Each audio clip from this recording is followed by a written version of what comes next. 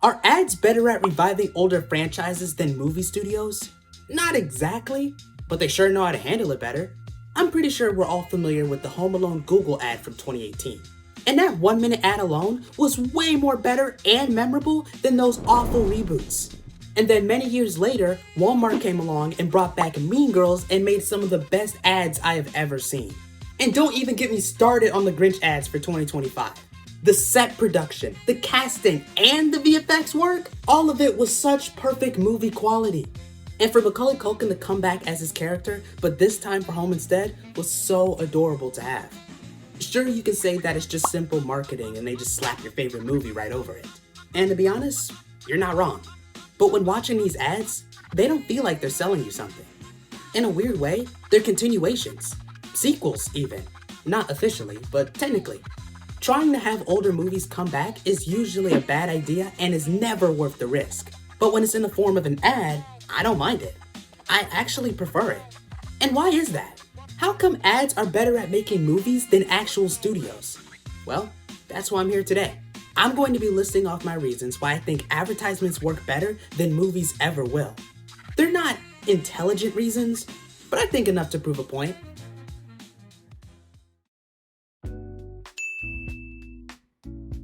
The issue that reboots, remakes, and sequels run into is that they tamper with the original. Take the show Jessie for an example. Imagine finding out that Jessie, of all shows, has just been announced for a reboot slapped onto Disney+. There are so many reasons why that wouldn't work. Number 1, it's been 10 years and the show ended completely fine. Number 2, if Jessie went to be a nanny for other kids, it wouldn't feel the same. And 3, even if they did bring the old cast back together, it's been a decade. Everyone is older and Cameron Boyce is no longer with us. No matter what angle you take, bringing it back would be such a terrible idea. But let's say it was brought back into an ad. It wouldn't bother anybody because it's not connected to the original show. That's why I love the Mean Girls one so much. They continue the story with the characters being adults, but it doesn't harm the actual movie in any way. Sometimes ads like these make your day a little more positive.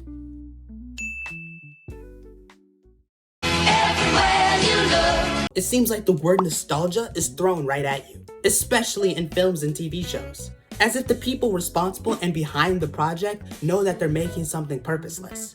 Don't get me wrong, there's some good reboots out there, but most times, not so much. But when they're ads, they're able to handle references quickly and to the point, and not in a forced kind of way either. Also, when your film project isn't filled with love or passion for the OG fans, stretching the plot out for an hour-and-a-half movie never turns out good. Which brings me to my next argument. Nobody wants to spend their hard-earned money over a movie ticket or for streaming, and everyone hates sitting through non-skippable ads. But with merging the two, you get one stress-free sequel. You don't have to pay for a 2-hour bad movie because there's no plot to sit through. The ad brings you right into the middle of the story and then it just ends. It doesn't waste any of your time because they're usually around 30 seconds or even a minute. And for people with a short attention span, this formula is a sweet relief. YouTube and streaming ads are some of the most irritating things to sit through, especially if you've seen the same one multiple times. But let me ask you this. Out of all the ads that I mentioned in this video, was there ever a moment when watching them you didn't feel joy or crack a smile? For me personally, ads like these make me happy. Now, at the end of the day, these are just ads, and the only purpose for them is to sell you something. But when watching them, they give you the satisfaction of references from your favorite movies. You get that feeling of nostalgia without it feeling like a cash grab, and they don't mess up your childhood because they're not a part of the real movie. Even though they're not real movies, they feel like mini sequels that we deserve. I don't want it to be this way. I would rather sit through a good movie with good writing. But if this is the only way for us to get a decent sequel of the movies that we love, I wouldn't mind it at all.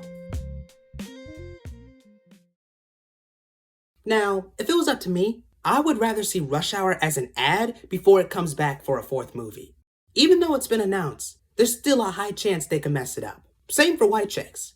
The live-action Scooby-Doo from 2002, Agent Cody Banks, and The Parent Trap would also be fun to see again. Anyway, I think I covered everything. And if you made it this far, I'm thankful for your patience. And if you like what you've seen, well, like what you've seen. And hopefully you decide to come back for more. Bye!